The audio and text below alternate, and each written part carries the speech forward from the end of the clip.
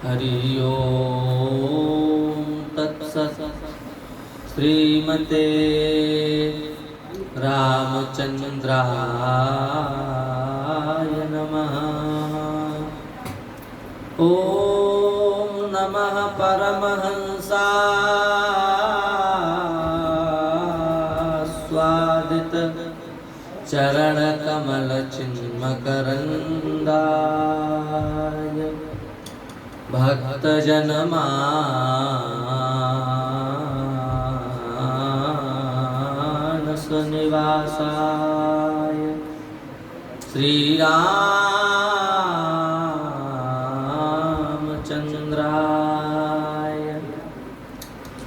वागीशायस्य वदने श्रीलक्ष्मी यस्य च वक्षसि यस्यास्ते हृदये संवेद तं नृसिंहमहं भजे। वाञ्छाकल्पतरुभ्यश्च कृपा सिन्धुभ्यैव च पतितानां पावनेभ्यो श्रीवैष्णवेभ्यो नमो नमः। या श्री स्वयं सुकृतिनां भवनेश्वरलक्ष्मी पापात्मनां कृतधियां हृदयेषु बुद्धि श्रद्धा सतां कुलजनप्रभवस्य लज्जां तां त्वां नतास्म परिपालय देवि विश्वम्। हरिशरणं भक्तवांछा कल्पतरु भक्तवत्सल शरणागत वत्सल दीनबंधु दया सिंधु कृपा सिंधु असंख्येय कल्याण विद्यानंद गुणगण निलय परमानंद कंद चिन्मूर्ति भक्तवांछा कल्पतरु नंद नंदन श्याम सुंदर एवं वृषभानुनंदिनी श्री राधा रानी की अहेतु की महती कृपा करुणा से हम सभी लोग मानव जीवन का सर्वोत्कृष्ट फल सत्संग इस पवित्र पावन पर्व में श्रवण कर रहे हैं। यह श्री ठाकुर जी की हम सब के ऊपर विशेष कृपा है। प्रत्येक पर्व किसी न किसी विशेष हेतु से प्रकट होता है। भारतीय परंपरा मान्यता में जितने भी व्रत पर्व इत्यादि हैं वे किसी न किसी सिद्धांत को स्थापित करने के लिए ही बनाए गए हैं। वे सामान्य नहीं है, अपने आप में असामान्य है। वे साधारण नहीं है, अपने आप में सर्वथा असाधारण है। वे लौकिक नहीं है, वे सर्वथा अलौकिक है। वे लोक में नहीं है, अपितु लोकोत्तर है। हमारे प्राचीन आर्ष परंपरा में जो आचार्य चरण हुए हैं उन्होंने मानव पर कृपा करने के लिए, जीवमात्र पर कृपा करने के लिए इन व्रतों को बनाया, इन पर्वों को बनाया। इनकी रचना की ये शाश्वत है, इनको केवल उन्होंने देखा, इनका दर्शन किया। उन्हीं महापर्वों में से एक पर्व यह नवरात्रि का परम पावन पर्व चल रहा है। इस परम पावन पर्व का आज अष्टम दिवस है।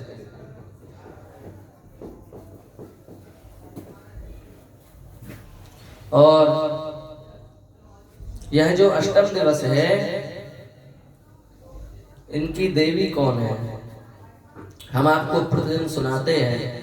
प्रथमं शैलपुत्री च द्वितीयं ब्रह्मचारिणी तृतीयं चंद्रघंटेति कूष्मांडेति चतुर्थकं पंचमं स्कंदमातेति षष्ठं कात्यायनीति च सप्तमम कालरात्रि महागौरी चाष्टमम। आठवीं देवी है महागौरी, आठवीं देवी है।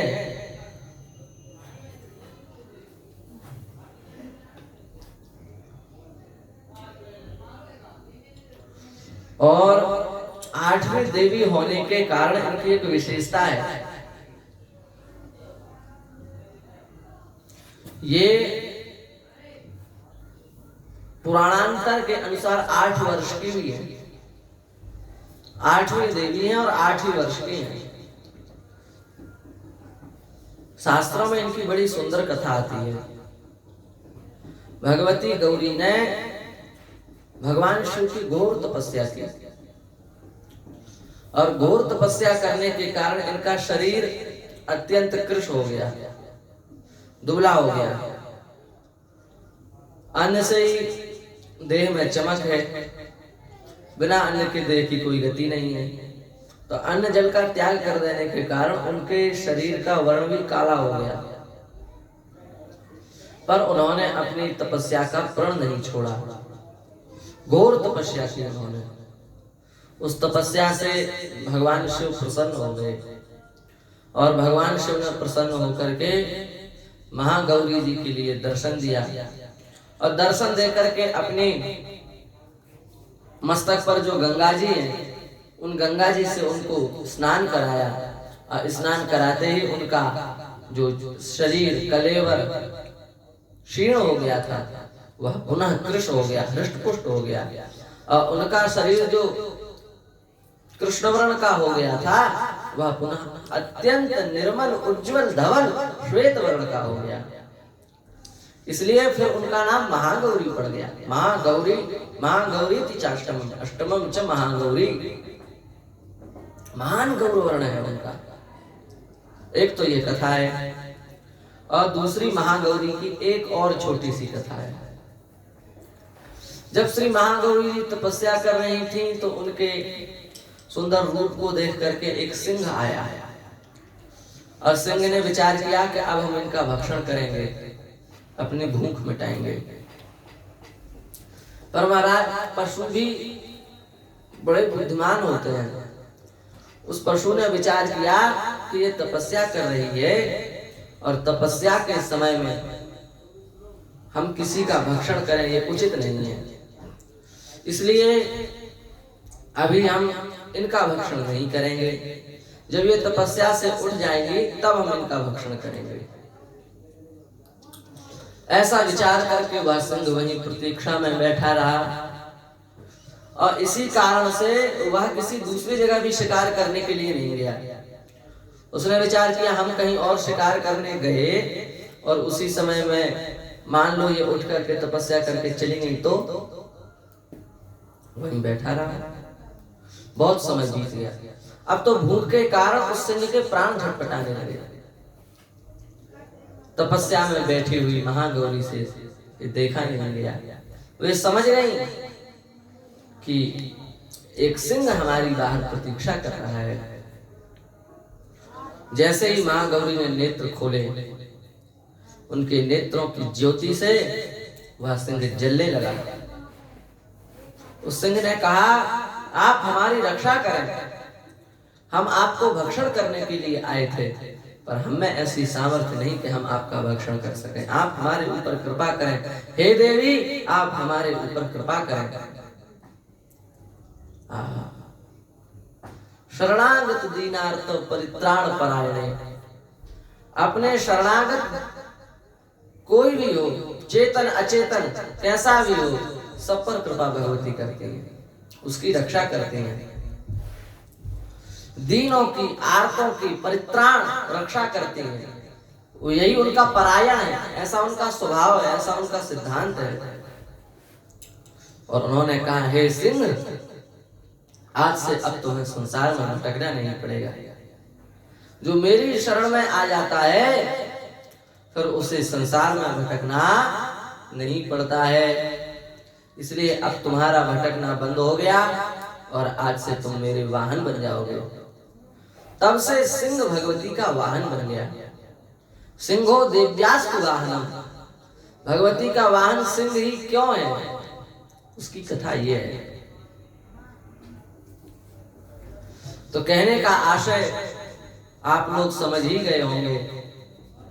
इतनी उदार है भगवती महागौरी। जो प्राणी, जो हिंसक जीव उनको मारने के लिए बैठा हुआ था, उसको भी जब उसने शरणागति स्वीकार की तो अपना वाहन बना दिया। और जैसे ही उसको वाहन बनाया, उसके शरीर में से विकृत भाव समाप्त हो गए और देवी की दिव्य शक्तियां उसके भीतर प्रकट हो गई।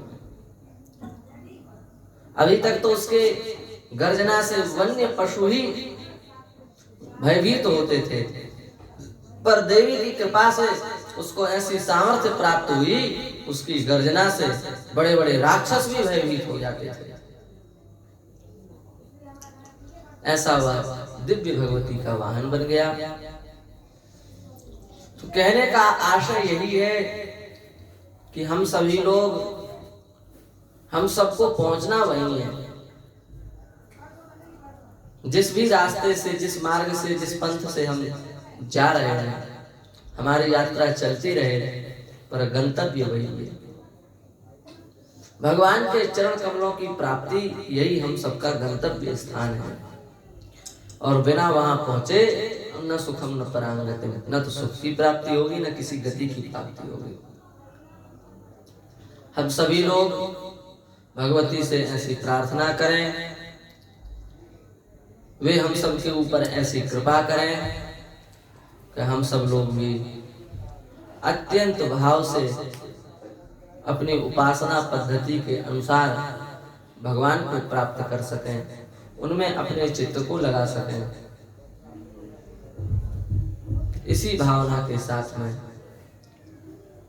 भगवान के चरणों में प्रणाम करते हुए, आद्य शक्ति के चरणों में प्रणाम करते हुए, श्री ठाकुर जी के चरणों में हम अपनी वाणी को विराम देते हैं। आप सभी लोगों से प्रार्थना है कि नवरात्रि की समाप्ति पर निश्चित ही कोई ऐसा संकल्प करें जिसका आप जीवन भर निर्वाह कर सकें। कोई भी विशेष पर्व आता है, कोई भी विशेष उत्सव महोत्सव आता है, तो हमें सावधान करने के लिए आता है। अतः हम सावधान हो गए और अपने जीवन की जो कमियां हैं उनको मिटावें, अपने जीवन में रजोगुण तमोगुण को समाप्त करें और सतोगुण की अभिवृद्धि करें। इसी भावना के साथ में हम ठाकुर जी के चरणों में अपनी वाणी को विराम देते हैं। श्री वृंदावन बिहारी लाल की जय।